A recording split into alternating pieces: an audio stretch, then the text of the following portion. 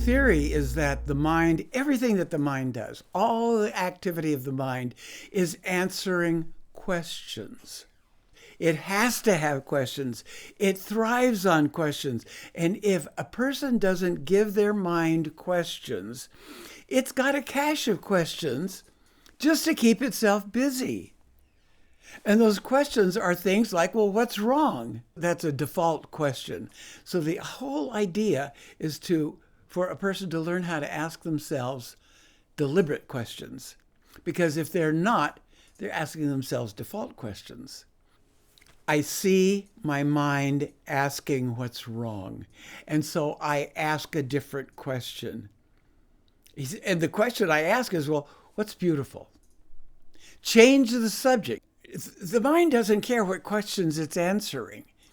So I've got a series of default substitutes. Okay, what can I ask instead? So I hear this mishmash going on inside my head. The first question I ask is, how's my breathing right now? Oh. And that instantly changes the focus, and it instantly stops that destructive conversation. And then I can go on to something else. Fighting the mind is one of the stupidest things a person can do. And everybody tries to do it. They try to shut the monkey mind up. No, don't try to shut it up. Give it something else to do. The first time I saw this was when I stopped blaming my parents. And I could see my parents for who they actually were.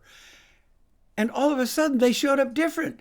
It's like, did you guys do a workshop since the last time I saw you? No. I changed over here, and the world outside of me changed. When I change what I'm focusing on in here, what I notice in the world around me changes. When I see destruction and hopelessness here, that's what I'm going to see outside of myself.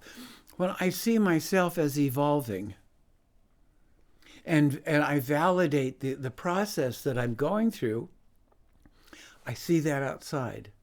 I see it more and more. In fact, I can say quite confidently right now that humanity is in a massive evolutionary phase. And people who are awake, they don't argue with that. They see it. Not everybody sees their own individual role in that.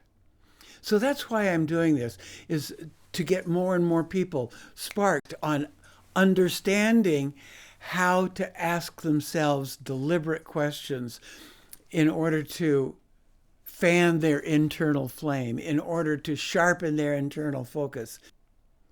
Questions have Velcro. You know, the question mark symbol, where that comes from, is it's a shepherd's crook for grabbing and holding. And that's what a question does. I was talking with somebody the other day. He reminded me of lyrics of a song. And the song was, listen, I think we have found you. That was the lyric that popped up. It's like, okay, what was the band? And it was in the middle of the night that I woke up, and it was the Moody Blues. So questions stick. It grabs you and it doesn't let go. This work is for people, you could say, well, it's for everybody because everybody's mind operates exactly the same way. But the people who appreciate it, people who recognize it, are people who are up to something. They want to be at the top of their game.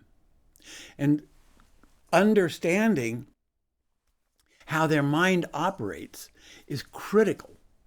And they don't need all this other garbage that is constantly flooding in. You know, the criticisms of the crew, you know, what's wrong with them, you know, and just being distracted. They can't afford that. So when they understand, when they get this, it's like, boom, thank you, I got it. I did a collective intelligence training with the staff of a local nursing home. Did 2 weekends. With one weekend we did half the staff. Next weekend we did the other half the staff. Everybody was included in this. About a year later, I was at a party and a woman came up to me and I recognized her, and she reminded me that she was the director of that nursing home. And she said, I'll tell you what I got out of that session. She said, before that work, my job was mostly about personal problems that people came to me with, staff conflicts over there. And I was constantly having to, put out fires and all that. She said, now, when someone walks into my office, I say to them, what's the question? They know that I'm going to ask it. So they've already begun the solution before they come into my office. And she said before, it really used to be that the 80-20 rule, 80% of my work was about handling staff problems. And she said now it's about 20%.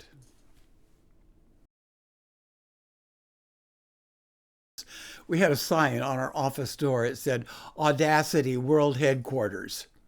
It's being honest to say, yes, this is really something. This is something that makes an enormous difference in organizational work, in personal lives. So yeah, I think it's audacious to be a human being. I think it's audacious for an individual to claim that they are an expression of the universal consciousness. I mean, talk about audacity. And yet that's what's required. I believe that really is one of the pieces for us to come out of the dark ages, come out of this fake humility that says, "Oh, I'm nothing. I'm just the dust on somebody's sandals," or "I am not worthy and I flog myself." No, we are magnificently worthy. And the whole idea that there is something wrong with us as humans and that humanity is flawed. No, if there is a flaw, it was that humanity bought our smallness thousands of years ago. And the reality that we're facing today of humans saying, oh, we've created something that is much bigger than us and we are now the victims of something enormous. It's not true. We were trained over thousands of years to suppress knowing who we really are. We were trained over thousands of years to deny what is our true nature.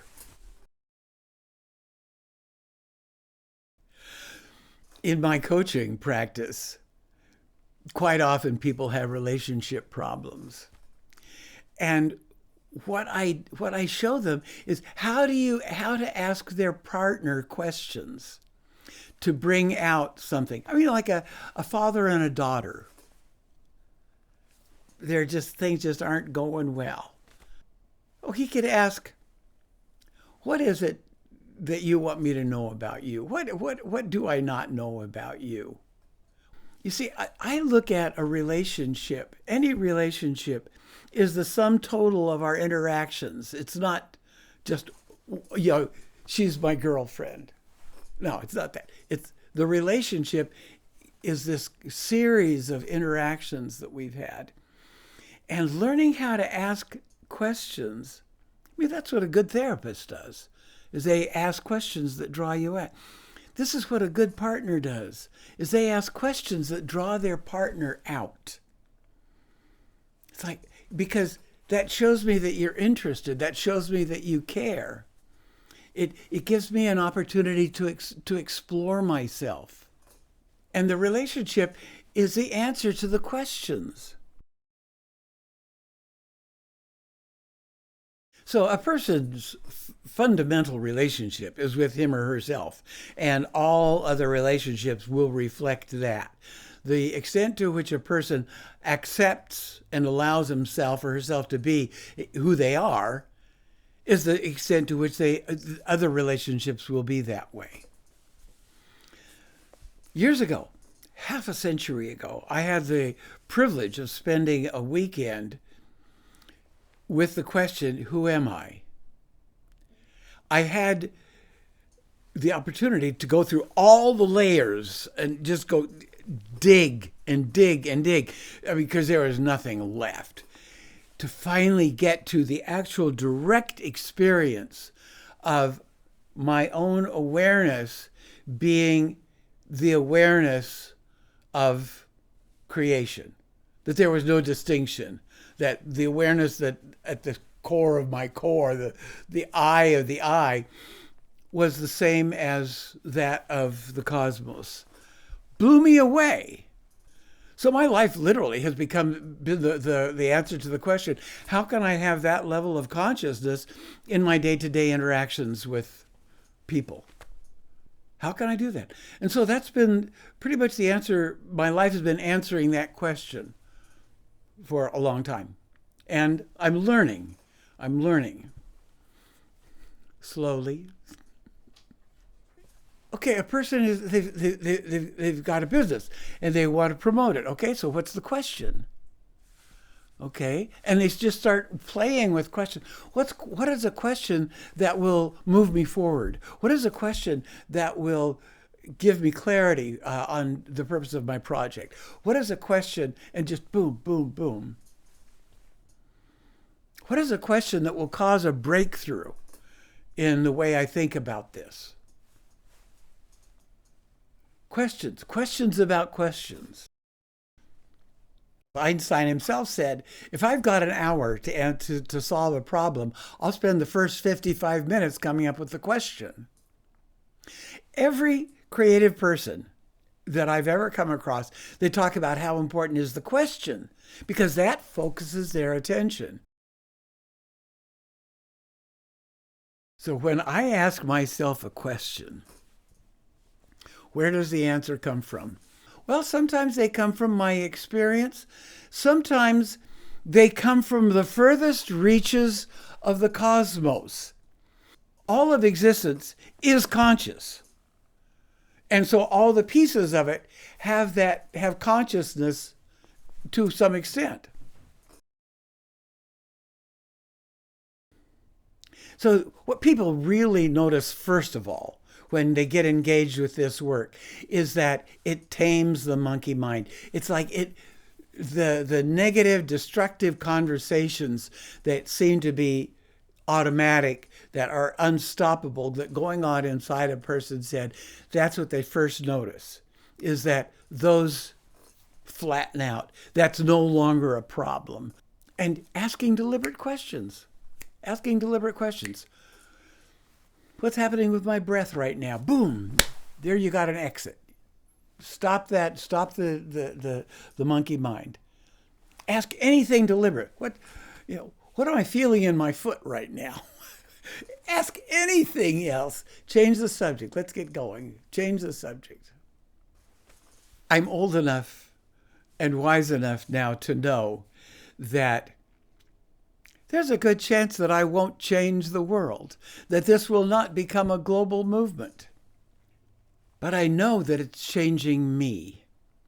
The information is changing the way I be in the world. And that is enough. So I'm learning by teaching. And then I see other people picking it up, and I see the effect that it has. So that helps me to keep going. You can learn more about this work at questiondrivenlife.com. I do classes, I do one-on-one coaching, and I do organizational coaching in collective intelligence, which is an enormous field. So yeah, there's a lot here. If your life is the answer to the questions you ask, what is a question that you would like to be answering?